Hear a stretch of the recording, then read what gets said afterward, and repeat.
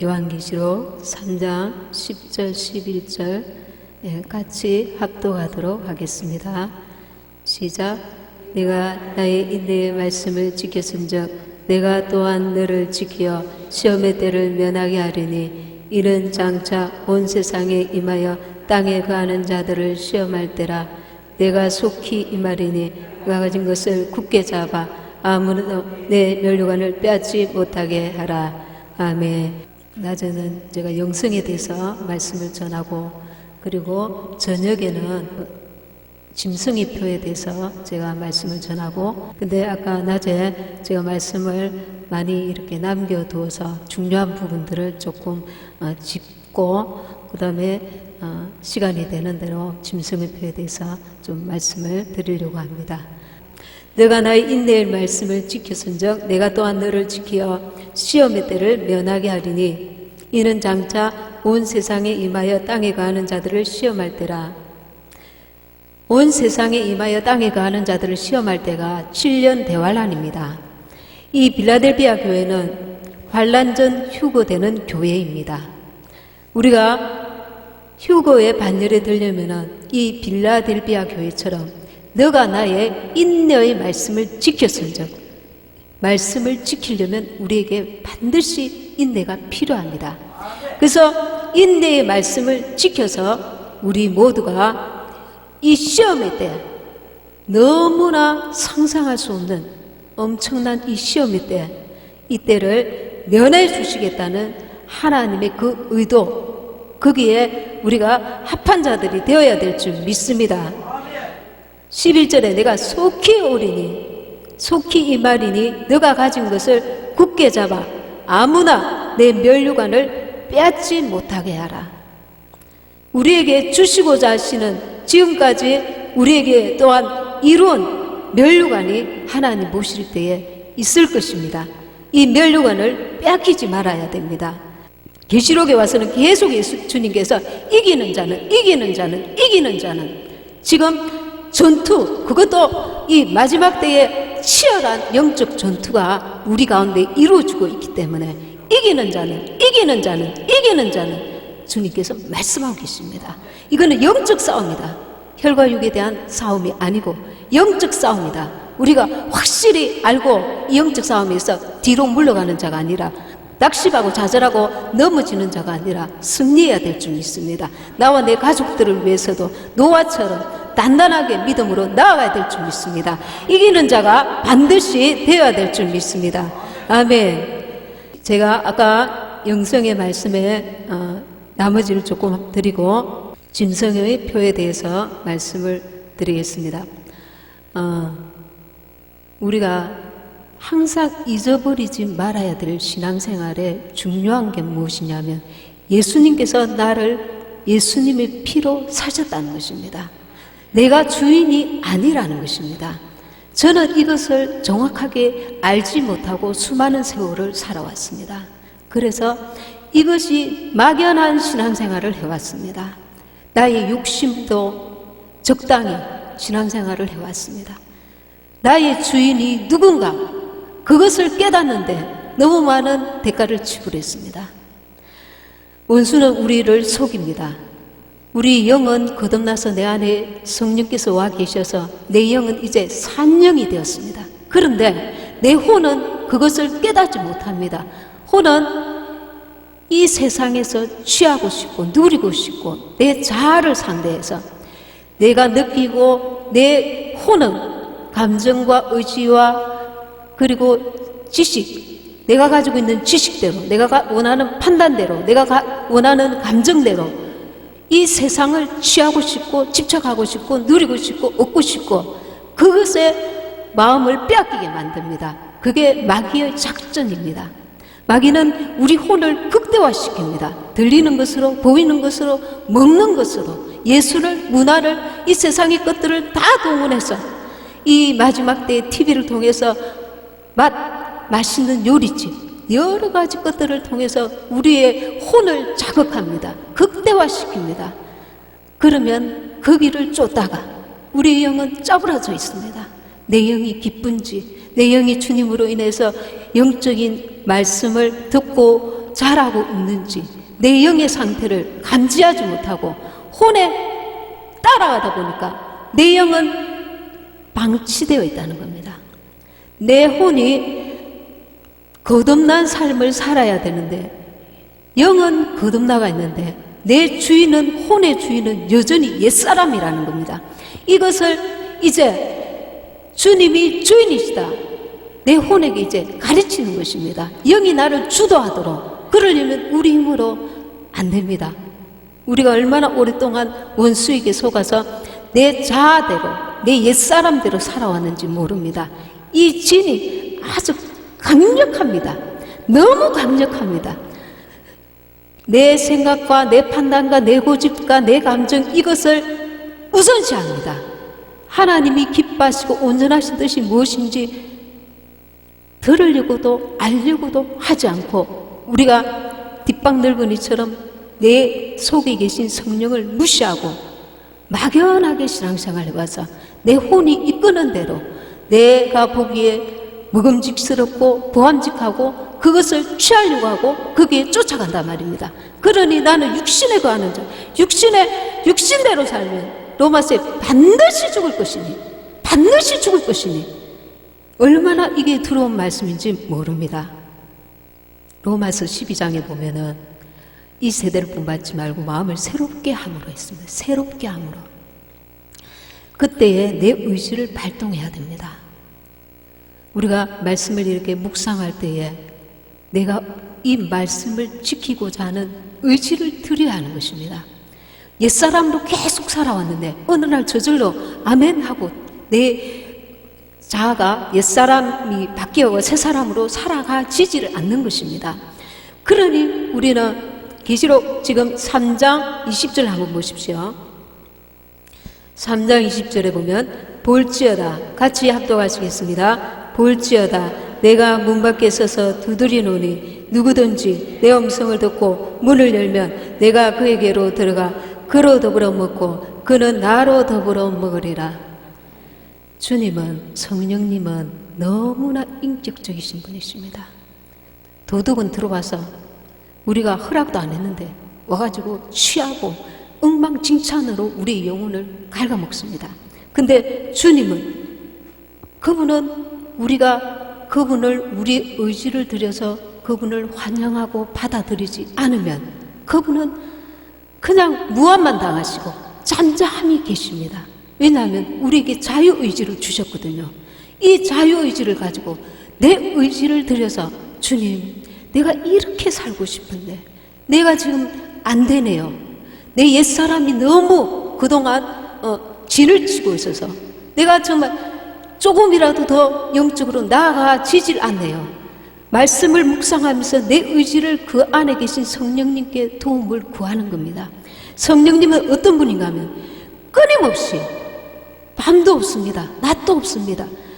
끊임없이 우리 문 밖에 서서 볼지어다, 내가 문 밖에 서서 두드리노니 누구든지 내 음성을 듣고 문을 열면 내가 그에게로 들어가 그는 나로 더불어 먹고 마시리라. 내가 너와 함께 하겠다는 겁니다. 그런데 우리는 많은 세월 동안에 성령께서 어떤 감동을 주시고 하셔도 내일 하지, 모레 하지, 그분을 무한을 드리고 그러다 보면 영적인 감각이 둔하여지고 내 양심이, 영적 양심이 때가 끼고 더러워져서 어느 날 내가 주님 뭔가 답답한데 이게 어디서부터 비롯되었는지, 왜 내 영이 이렇게 답답한지, 도대체 왜 기쁘지가 않지, 왜 평안이 없지, 왜 이렇지? 큰 죄를 지은 것도 아닌데, 정말 큰 죄를 지은 게 아니잖아요.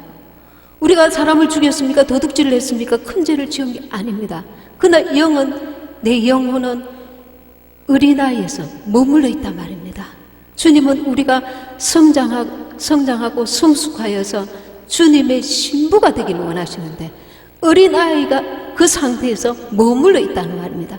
그러니 주님께서 너무나 답답해 하셔서 끊임없이 우리에게 내가 문 밖에 서서 두드린다고 말씀하고 계십니다.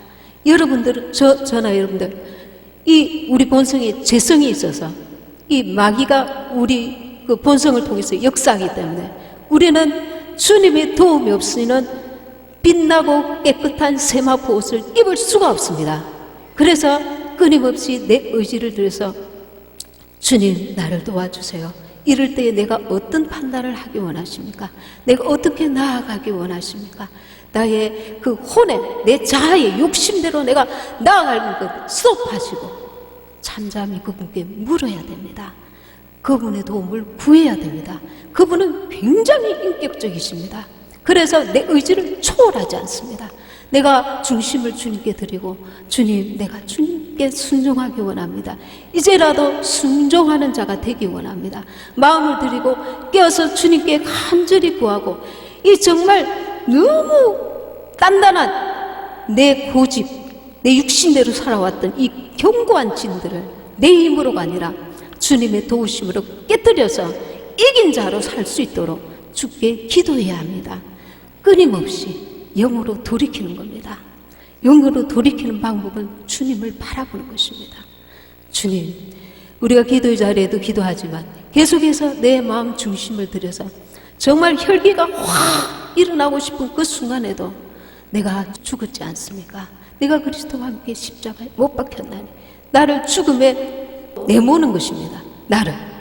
나는 죽었어. 내가 죽어야만 내 영이 산다는 걸 우리가 인식해야 됩니다. 지금 내 혼이 사는 것, 내 자아가 내 마음대로 사는 것, 그것이 지금 보기에는 이 세상에서는 유익한 것 같아도 내 영은 끊임없이 그런 선택을 할 때마다 주님과 멀어진다는 사실을 알아야 됩니다. 아멘. 하나님의 목적은 우리를 하나님의 성전이 되게 하는 것입니다. 내가 살아서는 그분이 내 안에 편안히 거하실 수 있는 온전한 성전이 이루어질 수가 없습니다. 그래서 우리가 이것을 깨닫는 순간부터 나는 이제 이기기로 작정해야 됩니다. 나는 내 자아와 옛사람과, 왜냐하면 나를 마침내 지옥불로 끌고 가는 이 옛사람과 나는 속았어. 나는 마귀에 속한 자가 아니고 나는 주님의 것이야. 주님이 나의 주인이야. 나는 주님의 것이야. 내 속에 이 견고한 진과 싸워서 이겨야 하는 것입니다. 그래서 끊임없이 우리는 천국을 바라보고 주님을 바라보고 주님이 주실 영광과 면류관을 바라보고 나를 쳐서 복종시키는 것입니다. 에베소서 6장 12절에 보면 무리의 실험은 혈과 육에 대한 것이 아니요 하늘에 있는 악의 영들에게 대함이라 했습니다. 계시록 1장 3절에도 이 말씀을 듣고 읽고 행하는 자가 복이 있다 했습니다. 근데 우리가 십자가를 지려니까 고통이 따릅니다. 손해봐야 되고 내 영혼을 위해서 육의 것들을 포기해야 합니다. 내려놓아야 합니다. 하나님보다 더 내 마음과 생각을 빼앗는 것이 있다면 그것이 우상입니다. 창세기에 보면은 아브라함이 이삭을 번제로 드리려고 다니엘서 이제 죽이려고 할 때에 하나님께서 아브라함아 이제야 너가 나를 경외하는 줄 내가 알아노라 하십니다. 우리는 마음으로만 주님을 사랑한다 아니고 마음과 행함이 함께 가야 되는 것입니다. 그것이 이기는 것입니다. 이 십자가 고통을 어떻게 이길까요? 너무 외로울 때가 있습니다. 십자가를 지려면 너무 고통스러울 때가 있습니다. 그분의 순종에 나간 주님께서는 나는 마음이 온유하고 겸손하니 나를 본받으라 했습니다. 하나님의 뜻을 이루는데 온전히 자기를 쳐서 죽음에까지 버리셨습니다. 자기 생명을. 근데 우리도 주님 그 길을 따라가는 것입니다. 그것이 내 영혼 진짜 나가 사는 길이거든요. 우리가 이게 죽고 나면 이 껍질은 그냥 흙입니다. 그러나 내 영혼은 내 육체가 지은 그 대가를 고스란히 다 받습니다. 영원한 지옥불에 떨어지든지 아니면 하나님께서 이 땅에서 수고했지만 거기에 넘치도록 상을 받든지 영원한 생명을 이제는 쫓아야 될 때가 정말 온 것입니다. 진짜 나는 내 영혼이니까요. 그게 참으로 지혜로운 자입니다. 어떤 분들은 과거에 매여 있습니다. 물질에 매여 있습니다. 사람에 매여 있습니다. 조직에 매여 있습니다. 지금까지 어떠했든지, 어떤 아픔이 있든지, 어떤 상처가 있든지, 어떤 문제가 있었는지 그게 문제가 아닙니다. 내가 얼마나 매여 있느냐, 내가 얼마나 매여 있느냐, 그게 문제입니다. 여러분도 잘 알다시피 요셉이 나중에 이제 형들을 만났을 때에 하나님이 이렇게 하셨습니다. 형들이 나를 파는 것이 아니라 이 때를 위해서 하나님이 나를 여기 이렇게 하셨습니다.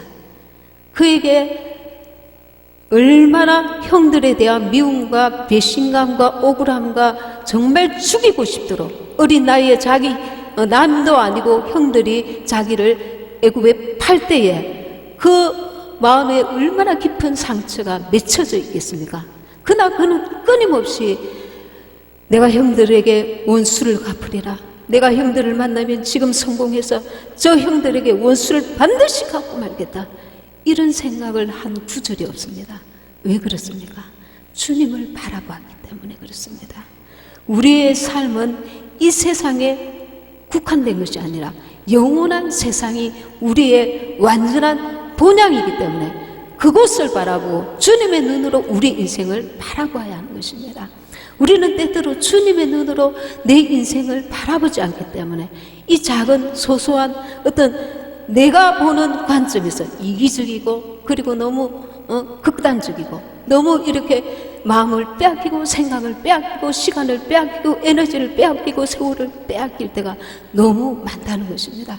하나님이 보실 때에 하나님께서 나를 이래 하셨구나, 뭔가 하나님의 뜻이 계시겠지, 절대 주권을 우리가 인정하면서 나가야 됩니다. 그분이 만약에 저와 여러분이 그만큼의 고난이라도 없었다면 이 자리에 안 계실 분도 있었을 겁니다. 우리를 사랑하실 때 우리 육체를 사랑하시는 게 아니라 영원한 생명을 온전히 얻게 하시려고 그분의 수고가, 그분의 애씀이, 그분의 그 열정이 얼마나 대단한지 모릅니다. 우리가 우리 자신을 한번 돌아보십시오. 지금까지 살아오는 구비구비마다 주님이 나를 주님의 온전한 자녀 삼으시는데 그렇게 많은 애를 쓰셨습니다. 사람을 통하여, 환경을 통하여 내 영혼을 온전히 세우시고자. 그런데 우리는 그 문제에 집착합니다. 이 문제를 주님 해결해 주세요. 기다리겠습니다. 주님이 반드시 해결해 주실 줄 믿습니다. 그래야 주님이 나를 사랑하시는 줄 내가 알겠습니다. 그 문제가 해결되고 나면 거기에 이제 랄랄룰루 세상으로 조금씩 떠나가기 시작합니다. 바른 교회 다니는데 마음과 생각은 벌써 세상에 가 있습니다. 지금 우리가 이 대한민국의 기독교가 배도한 이런 모습들을 볼 때에 지금 이런 말씀이 너무나 적중하고 있습니다. 너무나 적중하고 있습니다. 세상에서 잘 되었다, 돈도 많이 벌었다, 그리고 높은 지위에 있다, 성공했다, 그분이 정말 신실하게 주님을 잘 숨기고 마지막까지 이기는 자로 살았더라면 정말 좋았을 텐데 거기에 마음과 생각이 빼앗겨서 주님은 주님으로 시작했다가 주님이 주시는 그 손에 마음과 생각이 빼앗겨서 그분이 주시는 선물에 마음을 빼앗겨서 거기를 간다 말입니다. 그러니 이제는 세상과 타협하는 자가 되고 세상에 마음을 빼앗겨서 주님의 자리에, 내 중심에 세상이 들어와 있단 말입니다. 사람이 들어와 있고 물질이 들어와 있고 명예가 들어가 있고, 그래서 이제는 내가 언젠가는 돌아가리라 그렇게 마음으로 생각합니다. 그러나 결정적인 순간에 돌아오지 않을 때에는 그는 이미 늦게 되는 것입니다. 주님이 주시는 때가 있는데 그걸 놓치게 됩니다. 지금 많은 교회들이 얼마나 안타까운지 모릅니다. 우리 혼이 순종할 때에 영이 성장하게 됩니다. 날마다 그분을 생각하고 하늘 보좌 버리시고 이 땅에 오셔서 죽기까지 우리를 사랑하신 그분의 십자가 지시는 그 모습을 우리도 본받아서 내게 주시는 날마다의 삶에서 옛사람을 내려놓고 새 사람으로 사는 것입니다. 날마다 내 힘으로 안 되니 성령께 도움을 구하는 것입니다. 성령님 도와주세요. 나는 이게 마음이 내키지 않습니다. 이제 내 안에 계신 그 성령께서 나를 주도해 나갈 수 있도록, 영의 사람으로 내가 살 수 있도록. 전에는 내 판단과 내 생각이 나의 주인 노릇을 했었는데 이제는 내 속에 계신 성령님을 부릅니다. 왜냐? 성령이 살아계시니까, 내 안에 계시니까. 근데 전에는 성령이 계신다 막연하게만 알고 있고 인격적으로 그분을 인정하지 아니하였습니다. 그래서 3장 20절에 볼지어다 내가 문 밖에 서서 두드리면 누구든지 내 음성을 듣고, 그분은 끊임없이 우리에게 문을 두드리고 계십니다. 내가 너를 주의 길로, 영생의 길로, 성령으로 살 수 있도록 가르쳐주기 위해서, 인도하기 위해서 내가 이 밖에 서서 너에게 계속 문을 두드리고 있다. 너의 마음을 열고 나를 받아들여라. 나의 뜻을 받아들여라. 내게 묻고 구해라. 그렇게 성령께서 내게 계속 문 밖에 서서 두드리고 계십니다. 그 문은 내 안에서 내가 열 수밖에 없습니다. 그러면 내가 열어야 됩니다. 주님, 이제 내 생각을 내려놓습니다. 지금까지 살던 나의 방식들을 다 내려놓습니다. 내 고집대로, 내 육신대로 살았습니다. 이제는 참으로 내 영혼을 위해서, 이제 주님께서 원하시는 뜻대로 내가 순종하여 성령의 인도함을 받는 삶이 되기를 원합니다. 나를 지배하시고 다스려 주시고 주의 말씀으로 나를 인도하소서. 이렇게 환영하고 아멘하고 받아들여야 되는 것입니다. 순간순간 이 땅은 악한 자 안에 처하여서 원수가 끊임없이 우리에게 우리 마음과 생각을 빼앗기게 만들고 우리를 속인다는 것입니다. 그래서 결단을 해야 됩니다. 합당한 열매를 우리가 온전히 맺을 수 있도록, 그것이 나를 사로잡고 있는 하나님 외의 것을 내려놓는 작업을 하는 것입니다. 고린도 교회는 은사와 지식과 그리고 재림신앙까지 정말 이렇게 열심히 신앙생활을 하는 사람들이었습니다. 그러나 바울은 고린도 교회를 향해서 말했습니다. 육신에 속한 자라고 했습니다. 우리가 외적으로 은사와 지식과 재림신앙을 정말 가지고 있다 할지라도 나를 쳐서 성령께 복종해야 될 때 예수의 성품을 담기를 사모하지 않고 일에 집중한다든가, 이런 주님의 뜻 가운데서 이루어 나가야 되는 것입니다. 그리고 우리에게 주님께서는 금 같은 믿음을 요구하고 계십니다. 금 같은 믿음. 유대에 세 번의 그 추수가 있습니다. 보리 추수와 밀 추수와 포도 추수가 있는데, 보리는 이렇게 갈라져가 있어서 이렇게 흔들기만 해도 두두둑 떨어진다고 합니다. 근데 밀은 이게 힘을 가해야 된답니다. 근데 포도는 완전히 이렇게 짓눌러야 된다고 합니다. 이것은 휴거를 말합니다. 이 주님과 동행하여서 주님이 어디로 이끄시든지 거기에 순종하여 주님과 동행한 자는 휴거의 반열에 듭니다.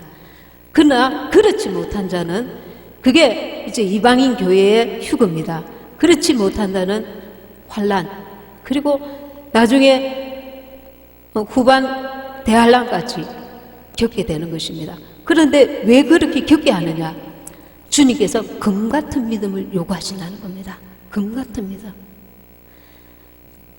매를 쳐서라도 금 같은 믿음을 요구하신다는 것입니다. 근데 우리가 매를 맞기 전에 우리가 스스로 우리의 믿음을 돌아봐야 합니다.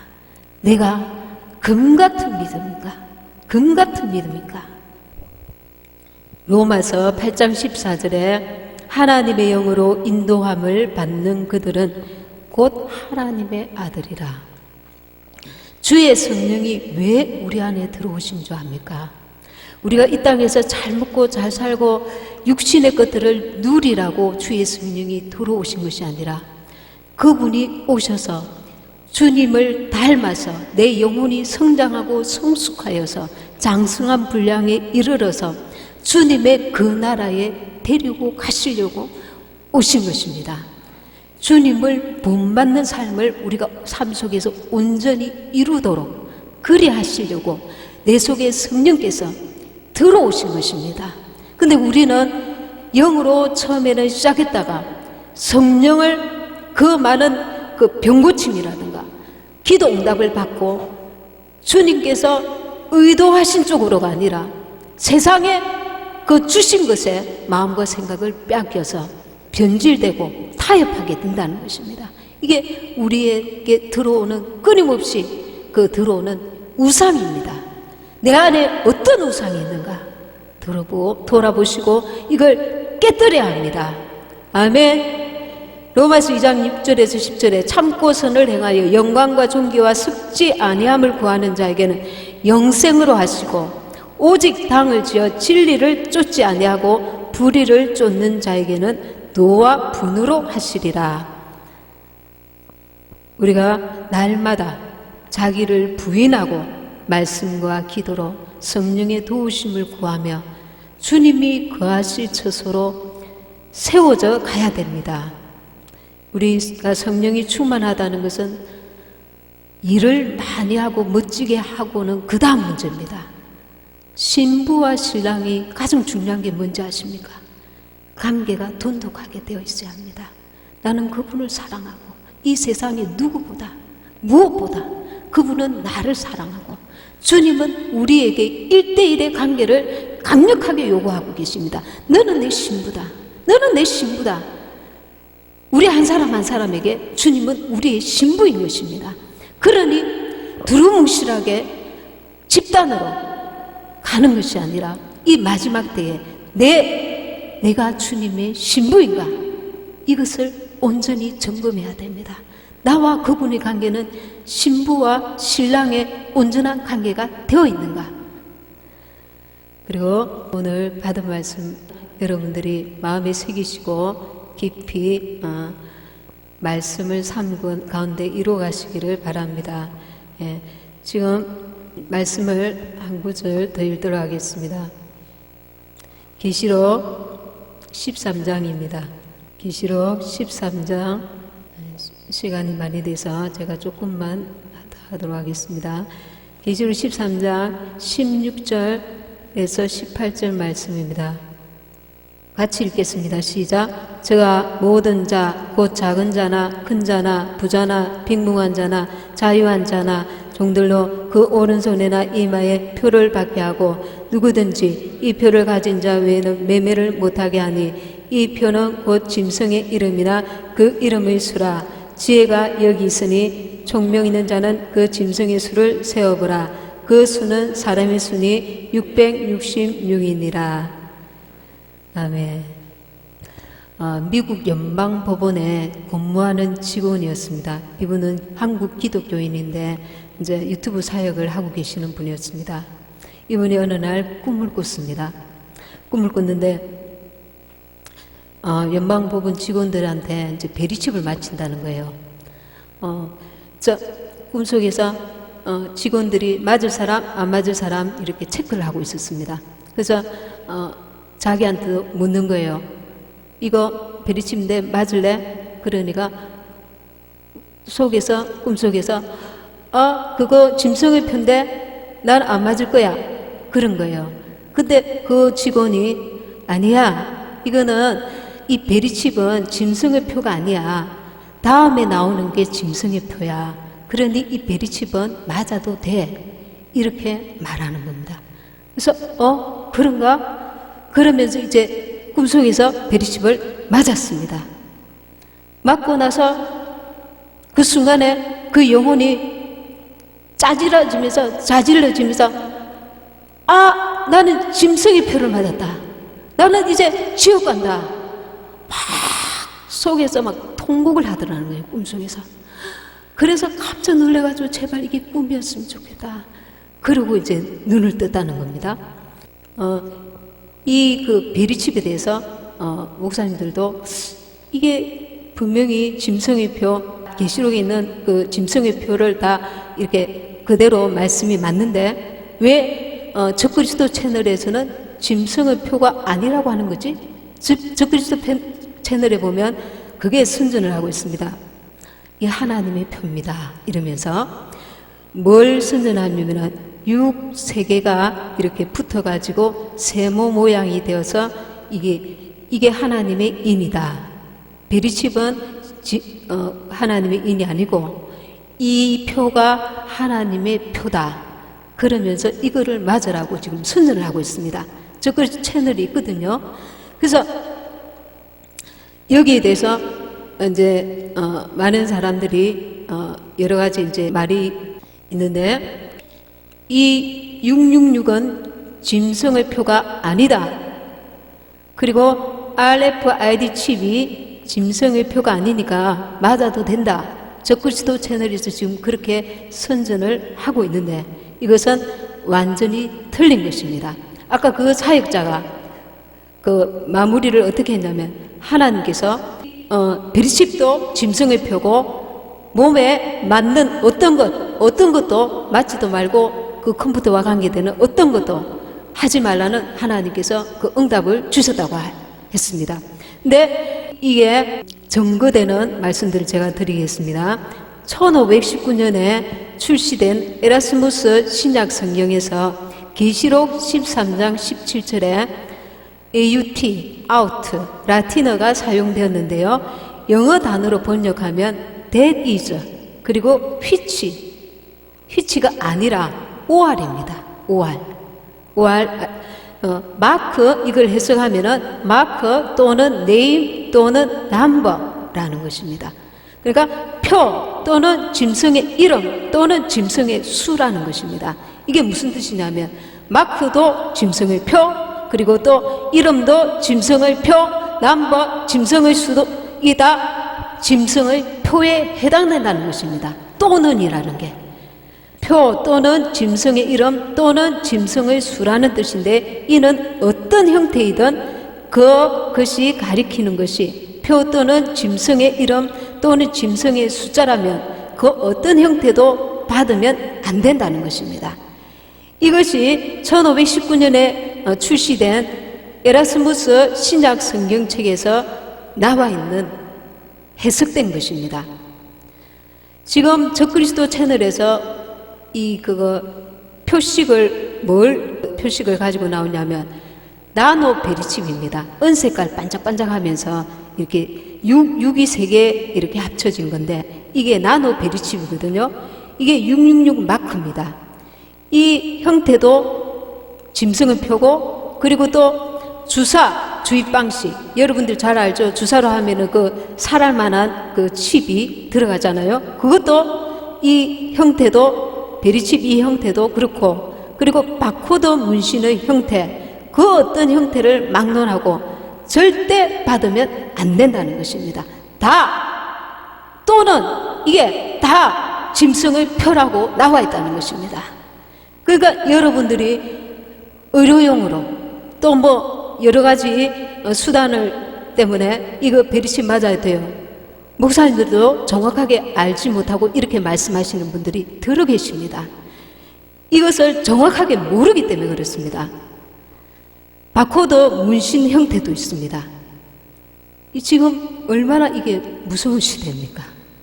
모르고 예수님을 믿지 아니한 자들은 지금 세계 곳곳에서 지금 미국에는 TV에서 노골적으로 지금 선전하고 있습니다. 베리칩을 맞으면 얼마나 좋은지 몰라요. 지나가면서 계산할 필요가 없습니다. 이게 스캔을 하고 지나가면 너무나 편리하다고 지금 선전을 하고 있습니다. 게마트라 계산법으로 컴퓨터를 숫자로 표기하면 666이 됩니다. 여러분 알고 계시죠? 666이 되는데 정확히 컴퓨터는 666입니다. RFID 칩도 숫자로 표기하면 666인데 이는 컴퓨터로 통제되는 시스템이라는 것입니다. 적그리스도가 오면 컴퓨터가 아니고서는 전 세계를 장악하는 것이 되지가 않습니다. 컴퓨터를 이용해서 여러분도 잘 아시겠지만 벨기에에 보면은 벨기에 가보면 슈퍼컴퓨터가 있습니다. 거기에 전 세계인들의 모든 정보를 다 입력할 수 있는 슈퍼컴퓨터가 있습니다. 그 컴퓨터 이름이 뭔지 아십니까? 비스트입니다. 짐승입니다. 성경대로 정확하게 가고 있습니다.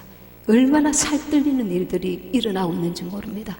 중국에도 이런 몇 개가 그 카메라, 인공지능 카메라입니다. 그 사람들을 지금 중국에서 아주 감시 체계가 너무 살벌합니다. 적그리스도가 와서 딱 자리만 앉으면 얼마든지 장악이 가능할 정도로 지금 그렇게 시스템이 돌아가고 있습니다. 지금 이 현재 이 칩을 받은 사람들이 많습니다. 보안업계, 외국에 이런 데도 있고, 그리고 지금은 자유롭게 이것을 마치도록 권유하고 있습니다. 근데 이 칩을 맞은 사람은 본인은 못 느끼는데 이 칩에 내장되어 있는 위치 추적기 24시간 위치 추적을 할 수 있고, 그리고 무슨 말을 하든지 다 도청이 되어서 데이터가 다 들어갑니다. 그리고 빈틈없이 감시를 당하고 있기 때문에 또 뭐가 가능하냐면은 너무 성능이 지금 업그레이드 돼가지고 내 해킹이 가능합니다. 내 해킹. 내가 무슨 생각을 하고 있는지 내 해킹도 가능합니다. 우리가 전파 고문을 당하고 있는 많은 사람들이 세계 곳곳에서 전파 고문을 당하는 고통을 호소하고 있습니다. 이런 지금 실험용으로 무작위로 사람들을 우리가 알지 못하는 방법으로 이 컴퓨터 여러 가지 것들로 전파 고문을 하고 실험을 합니다. 예를 들면은 전파 고문 중에 하나가 뭐냐면 환청이 들립니다. 이 사람의 이런 뇌를 해킹을 하고 있기 때문에 무슨 생각을 하고 있는지 알고 있기 때문에 그들이 그걸 작동시키면서 비웃는 소리도 그게 들리는 것입니다. 그래서 이 환청 때문에 고통을 당하는 분들이 있습니다. 그리고 이 칩 안에는 킬링이 가능합니다. 죽이는 거 말이죠. 인공위성에서 레이저로 조전하여서 살해할 수 있는 기능이 있습니다. 꺼버리면 죽음을 당합니다. 베리칩을 딱 맞고 나서 그때부터는 옛날의 내가 아닌 것입니다. 이제 도가니든 찝니다. 그들이 이 작동을 하거나 조작을 하다가 마음에 안 들면 죽임을 당할 수 있는 것입니다. 내가 눈치도 채지 못하는 상황에서 얼마나 무서운 일이 일어나고 있는지 모릅니다. 우리가 휴거되고 나면 전 3년 반 시작하자마자 지금 모든 나라에서 베리칩을 시행할 짐승의 표 666을 시행할 수 있는 시스템이 다 만들어져 있습니다. 다 만들어져 있습니다. 여러분들이 깨닫든지 알든지 모르든지 간에 너무나 지금 그 적그리스도의 그 모든 준비 과정은 아주 완벽하게 진행되고 있습니다. 공무원, 보안 관련 직업에 종사하는 자들, 군인들, 여러분 폐막 캠프 아시죠? 폐막 캠프 안에 얼마나 많은 관이 들어 있습니까? 그리고 단두대도 많이 준비되어 있습니다. 특별히 기독교인을 위한 것입니다. 만약에 우리가 베리칩을 안 맞겠다, 666표를 안 맞겠다, 그렇게 하면은 그러면 너가 굶든지 그럼 너 알아서 해라, 그냥 내버려 두는 것이 아닙니다. 정신개조, 폐막 캠프로 데려가서 정신개조를 시키기 위하여 온갖 고문을 한다는 것입니다. 지금 중국을 보십시오. 얼마나 지금 살벌해져 가고 있습니까? 기독교인이 그 믿음을 지켜나가기가, 내가 휴가 뭐 안 되면 그러면 나는 뭐 산소에 가서 숨어서 조용히 살지. 지금 숨을 곳이 없습니다. 너무 우리가 상상할 수 없는 이 IT 산업이 발전되고 컴퓨터 기능이 발전되어서 우리가 숨을 곳이 없습니다. 그래서 우리는 지금 너무 엄중한 시대에 살고 있습니다. 우리가 정신을 바짝 차려야 될 때에 지금 살고 있습니다. 내 가족들도 주님께 온전히 인도해야 되고, 내 자신이 휴거 신부로서 정말 준비가 되었는지 자신을 돌아보면서 정신을 바짝 차려야 될 때에 와 있습니다. 제가 먼저 말씀 못 드렸는데 666표가 지녀야 될 그 특징들이 있습니다. 일단 그것만 지금 시간이 없으므로 짚고 넘어가도록 하겠습니다. 계시록 13장 16절에 제가 모든 자 곧 작은 자나 큰 자나 부자나 빈궁한 자나 자유한 자나 종들로 그 오른손에나 이마에 표를 받게 하고, 오른손에나 이마에 표를 받는다는 것입니다. 이 666표 베리칩을 발명한 사람, 그 중에 대표 박사가 있는데 칼 샌더슨 박사입니다. 이분이 전에 여러분들도 아마 들으신 분이 계실 겁니다. 이분이 본인이 이제 예수님을 알지 못하고 적그리스도 그 글로벌 적그리스도 세력에 의해서 이제 많은 돈을 받고 이 베리칩을 이렇게 이제 만들게 됐습니다. 많은 과학자들과 함께. 그런데 다 만들고 나서 이 계시록을 보니까, 전도를 받고 하나님 말씀인 이 계시록을 보니까 자기가 만든 베리칩이 완전 666표라는 것을 깨닫게 됐습니다. 그래서 정신이 번쩍 들어서 이 표를 받지 말라. 본인이 만든, 본인이 발명한 이 베리칩을 받지 말라고 지금 강연을 하고 다녔습니다. 이 오른손이나 이마가 자연적으로 그 온도가 적절한 온도가 되기 때문에 가장 우리 몸에서 이 베리칩이 자연 충전이 된답니다. 그래서 가장 적합하답니다. 근데 오른손이라 해도 오른팔 전체에 해당된답니다. 머리도 뒷부분까지 다 이렇게 해당이 된답니다. 원어에 보면. 이것은 상징이 결코 아닙니다. 상징이라고 하시는 분 가끔 모르고 하시는 분인데, 예수님 믿는 기독교인들이 이 부분에서는 정확하게 정신을 차려야 됩니다. 왜냐하면 우리가 주님과 동행하는 휴거 신부가 되지 못하였을 때에, 그때에 이 짐승의 표를 맞을 수 있기 때문에, 이 짐승의 표는 어디서부터 시작되는지 아십니까? 배도한 교회에서부터 마치기 시작합니다.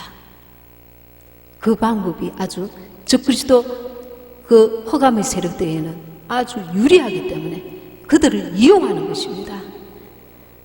그래서 지금은 WCC 가입한 교회 어때서 이 길이 다른 것입니다. 끝이 다른 것입니다. 그리고 둘째는 매매가 가능합니다. 13장 17절 보면 누구든지 이 표를 가진 자 외에는 매매를 못하게 하니 이 표는 곧 짐승의 이름이나 그 이름의 수라. 여기도 이름이나 오알입니다. 이름 또는 그 이름의 수라는 것입니다. 이게 짐승의 표입니다. 이 짐승의 표는 매매를 할 수 있다는 겁니다.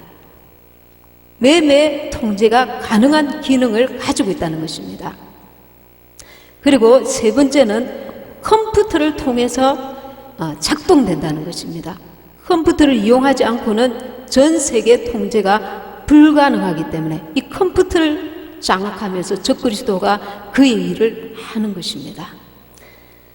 그리고 네 번째로는 모든 사람을 식별, 추적, 관리가 가능합니다. 그리고 사람의 이성과 마음과 생각을 바꿀 수 있습니다. 바꿀 수 있습니다. 이미 이것은 뉴스에도 나왔습니다. 여러분도 아시죠? 예를 들면 C에게 칩을 삽입해 놓고 오른쪽으로 가라, 뒤쪽으로 가라 이렇게 작동을 시키면 그게 가능합니다.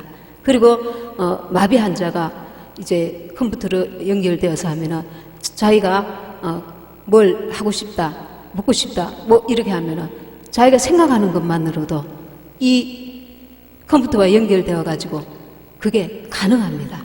그걸 거꾸로 컴퓨터가 사람을